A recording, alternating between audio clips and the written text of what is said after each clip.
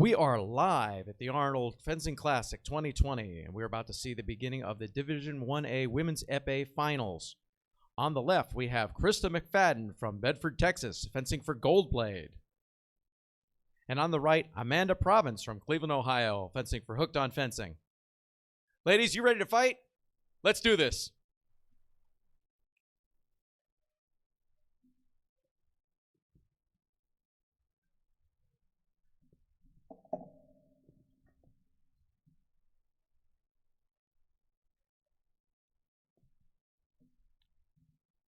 Ladies and gentlemen, it's Maestro Paul Gerasi at the 2020 Arnold Fencing Classic. This is the gold medal match for the Division 1A Women's Epee competition. Krista McFadden on the left, Amanda Province on the right. And here we go. McFadden coming out quick. Bouncing forward slowly. She's taking her time. Multiple blade engagements. Both fencers trying to get a sense of sentiment de fer, or sense of blade, feeling of the steel. Trying to feel out the opponent's reactions to the beats on the blade. And McFadden trying 2 strikes underneath the bell, both unsuccessful, but she's still gauging the distance. Province not giving anything away yet. Makes a long lunge. Riposte from McFadden fails. And we're back again. And a long lunge from McFadden hits the mark.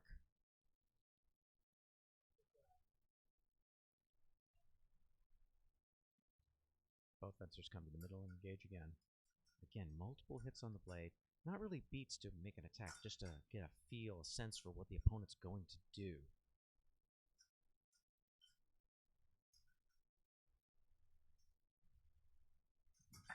Another long attack by McFadden misses, and this time Province makes her pay for it. I'm joined by my friend and colleague here, Dr. Joseph Streb, a multiple-time member of the World National Team.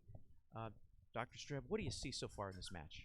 Well, it looks to me like these fencers are pretty evenly matched. They fence a similar style. McFadden likes to push and then try that long attack coming under the arm, but there it is, in fact.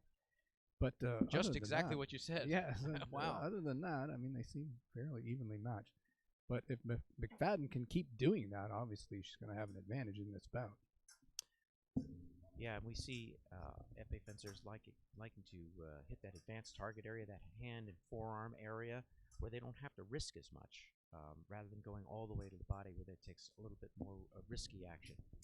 So both fencers keeping their distance. Let's see what happens. And for the first time, we have Province pressing forward.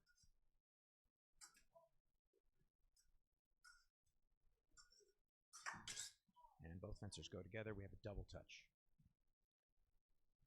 Well, that was the first long attack by Provence. Yeah, that's actually the first time she had crossed the middle line. And of course, she's trailing by a point, and so the onus is on her to come forward. And McFadden seems content to play a little bit of defense now.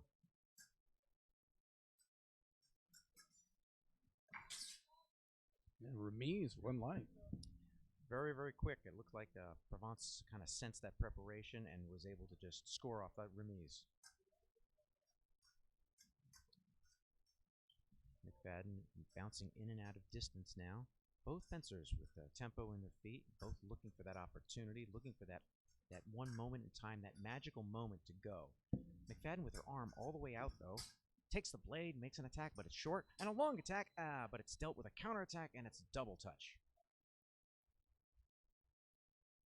Well, both these fencers right-handed, and neither one has a big reach advantage, so it's just a matter of leg drive, I guess, on those long finishes. Yeah, you're right. They're both about equal height, although McFadden tends to hold her arm out a little further. This can be helpful because you can get the point on quicker, but it's also susceptible to a blade take. So we'll have to see how Provence wants to handle that.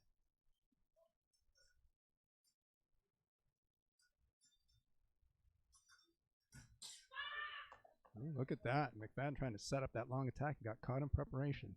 Yeah, she did too many takes on the blade. She did too many actions. Sometimes the simplest is the best. 5-4, anyone's game, and now we are at the 1-minute break. Joe, this is a pretty even match. What would you say McFadden has to do to even up the score? Well, I think McFadden needs to finish that long attack, and and push as she has been. I do think that Provence is going to be defensive at this point. I think Provence likes to hang back a little bit, and I think that probably McFadden will be able to push her back a little bit toward the end of the strip. It's a matter of timing that long attack and not doing too many preparations, as you've mentioned. But it's not easy to do when somebody's waiting for it. Yeah. Do you think maybe we'll see some of those long lunges, but to the extended target, to the arm and the hand? Well, that's a good it's a good observation. Although we haven't seen McFadden do that so far. All her long attacks have been to the body, And it's actually been kind of it's a little bit strange. We haven't seen any flesh attacks. We haven't seen any attacks to the lower extremities or the feet. It's been a very, very classical bout so far. I would agree with that. Very classical in terms of the stance and the movement. I haven't seen. I guess I have seen toe touches in women's épée, but I think less frequently maybe than in the men's. All right, well, here we go. We are in the second period, and action resumes. McFadden pushing forward this time with tempo in her feet. Looks like she's moving a little bit faster than she was in the first period. Makes a ding across the bell. I can't tell if that's a probing attack or if that's something she's trying for real. Again, multiple blade engagements, trying to get a sense of sentiment to faire. And a long attack underneath the arm, and it scores. They're her favorite action. Yeah, and Joe, you must be clairvoyant because you've been calling these actions.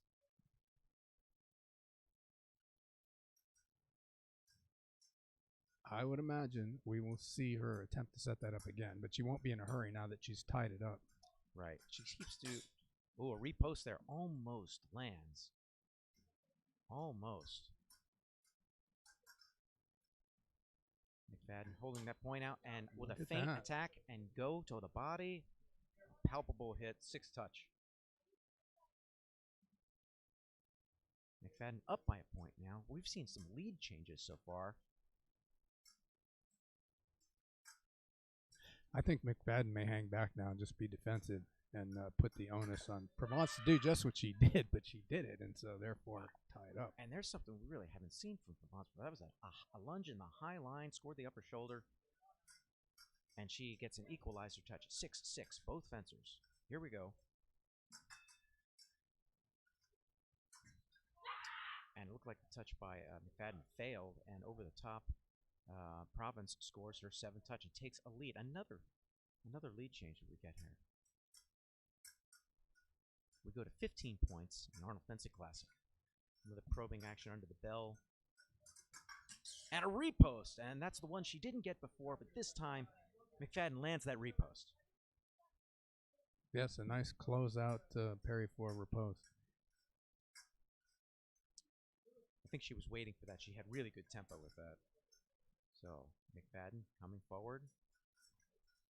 Ooh, but she waits a little bit too long. A little hesitation on McFadden's part, and Provence is able to score with tempo. 8 fencing 7. Well, Provence will probably be defensive here. McFadden's going to have to try to land that long attack again. Let's see what the defense is. Let's see if there is a defense. Oh, there's a counterattack. That worked. I don't think McFadden's earning the distance. McFadden has to earn the distance to make that attack. Provence is just waiting to shoot that counter. It's an attempt to flick on the outside of the bell. Fails, but no counterattack.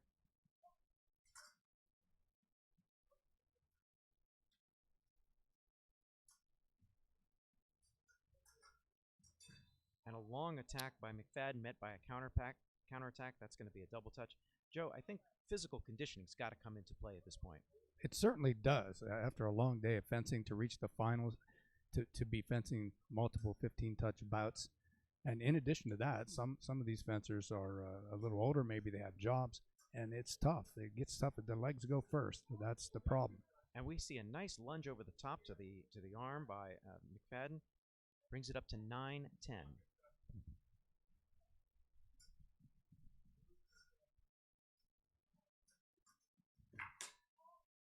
And a double touch. 10, fencing 11. Close bout here. 25 seconds left in the second period. And here they go. McFadden still probing around the bell. She still has her arm really far out. Province could take that blade at any time. She makes an attack, but it's parried. No, riposte is no. McFadden coming forward. Long attack, but it misses under the arm, and Province makes her pay for it. Yes, Province is looking for that counterattack now. I think she wants to maybe double out of this. Maybe it's a little early to try to double out, but one light on that one. And it looks like we're going to come to the close of the second period. So, Joe, it looks like you said, it looks like Province is trying to double out. She's got a two-touch lead, which in most cases you would think is not very significant, and probably in the other weapons not so much, but in epee, when you're going to 15 points and you have a two-touch lead, that's huge. Well, I would agree at this stage in the bout. When you get down to the last 5 touches, in this particular weapon where double touches are allowed, that two-touch advantage is very important and can be used to do just what we said, to try to double out. Just she's there looking for those little counters into preparation, doesn't want McFadden to get that long attack going, so it can work. What does McFadden have to do to avoid the double touch and score a single light? Oh, yeah, that's the question of the day for her coach, isn't it? I mean, she has been hitting those long attacks, but now they're being defended by those little probing counterattacks constantly coming into her preparation. So I guess she needs to get blade control, and that might be tough to do. Yeah, and it's obvious that it's going to be hard to get Province to come forward now, so she's going to have to do something. All right, let's go back to the action. This is the third and final period. We fence to 3 more minutes or 15 touches, whichever comes first. This is the finals in the Division 1A Women's Epee competition. McFadden on the left, Province on the right. Here we go. You can hear McFadden's coach telling her to focus. He's obviously giving her some advice. McFadden coming forward with bouncing step with tempo. Oh, and a riposte that fails. Takeover attack by Province. Scores her 13th touch. McFadden's coach is telling her to push forward. Let's see if it works.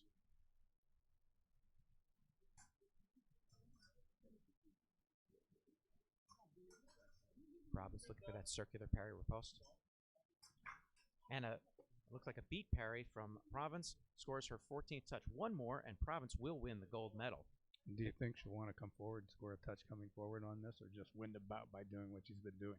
You know, we've seen people with a lot of confidence at 14 go forth, but it looks like Province is content to do what works. So let's see what happens. McFadden on the march, coming forward. Looking for that big attack. She's looking for that big attack. And there's the riposte. She draws Province into an action and does what we call a counter time, a feint, and gets the counterattack to come forward. She makes the parry riposte and scores. McFadden pushing forward again. 11 fencing 14. She has to be careful. Double touch earns Province the victory.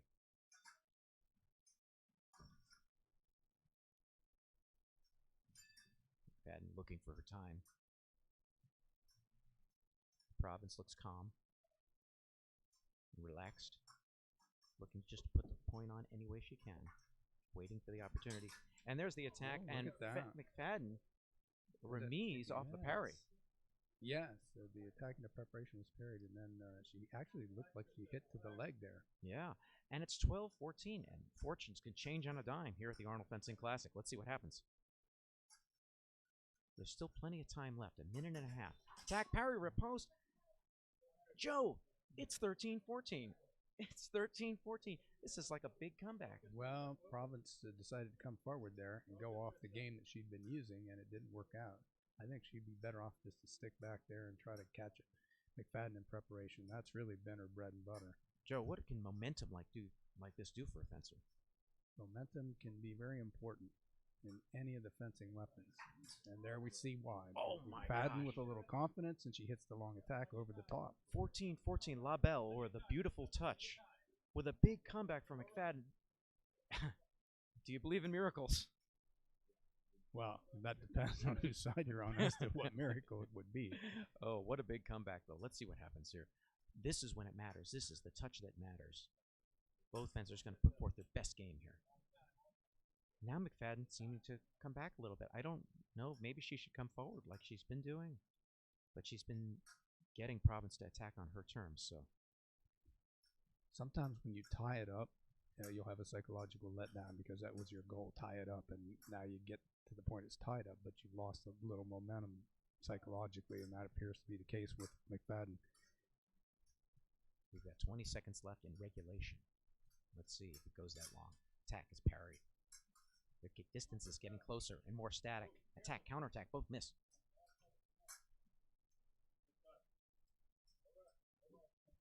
Time's seconds running left. out. Will anybody take a chance here? No. Overtime. Well, I think that was probably cautious and well thought out. The priority in this case will go to Amanda Province, which means we will fence for 1 minute. If no touches are scored, Province will win the bout. So the onus here is on McFadden to come forward again. It's just like it was before. Yes, not much different than most of the bout. Now, let's see what happens. This is for all the marbles. This is the next touch will win. Next single touch will win. Double touches will not count. McFadden looking for our opportunity, looking for our time. Parry riposte, and there it is. Oh my gosh. Wow. What a huge comeback. And our winner is Krista McFadden.